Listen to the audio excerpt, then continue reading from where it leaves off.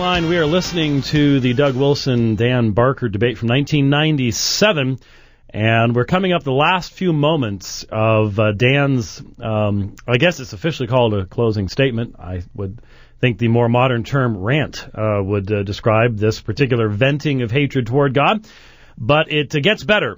He's now going to read a poem, and he's obviously going for the emotional direction here, and I'm just going to let Doug respond because I think it was very, very well done. Let's listen. Philip Appleman is a wonderful poet. He has a book called Let There Be Light, HarperCollins. He wrote a poem about his mother who died in 1976, and the poem is called Gertrude. It's very short. It's just 4 stanzas. I wish that all the people who peddle God could watch my mother die.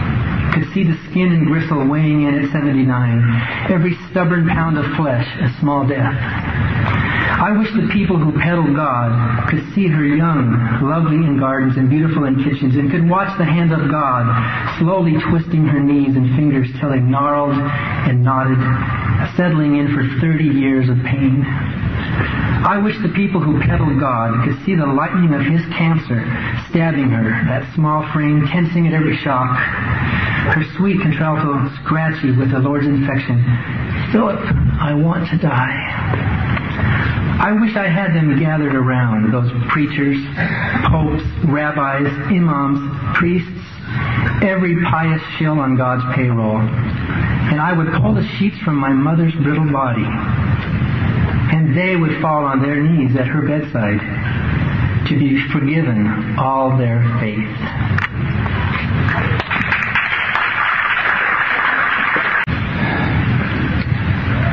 I wish that in concluding I could address you as a brother, but failing that, allow me to address you as a friend, speak to you as a friend.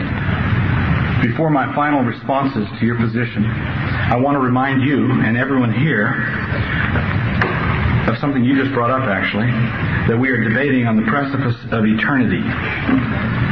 Several years ago, I had the privilege of debating Dr. Gordon Stein. Since that time, he has died and has had to go and give an accounting to his Creator. In that debate, he was denying that he had one, and I was maintaining that he had one, and he has died and gone on to give that reckoning. In the last several years, we mentioned that Dr. Bonson, an apologist, a Christian apologist, has also died and gone to meet his Creator. We are debating here on the precipice of eternity. Now, I speak this way not as a formal part of my argument, but rather as a reference to the context of our debate. I speak, as an old Puritan preacher said, as never sure to speak again, a dying man to dying men. In the light of this, I wish you well, desiring any good for you consistent with the holiness of the one who made both you and me. Now, in saying this, I want to conclude my remarks by developing something that you mentioned in your final remarks. You said that Doug is nicer than God, if that's a summary. I would not do some things that God would be willing to do. That strikes me as a horrible and blasphemous thought. And I know you did not intend to blaspheme, but that's how that is in fact what it is. If there is no God, nice does not exist. If there is no God, all there is raw power that's fallen, corrupt, greedy, what we see in the newspapers around us. We don't have a system of morality. We have a God who is good. If we don't have a God who is good, all we have are competing systems of morality.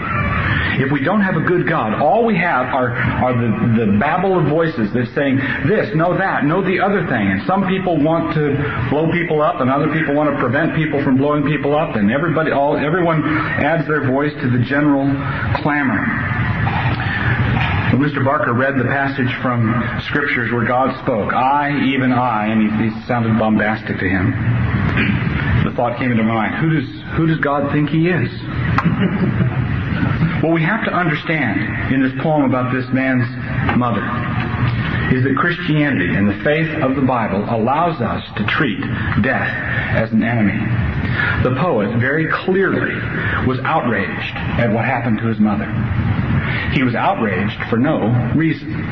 Because if the word of faith, if the word of the preachers, if the things that I've said at gravesides, when I have spoken to people who put a loved one into the ground, and I spoke to them of the resurrection of the dead, I spoke to them of hope. But in your system, Mr. Barker, there is no hope.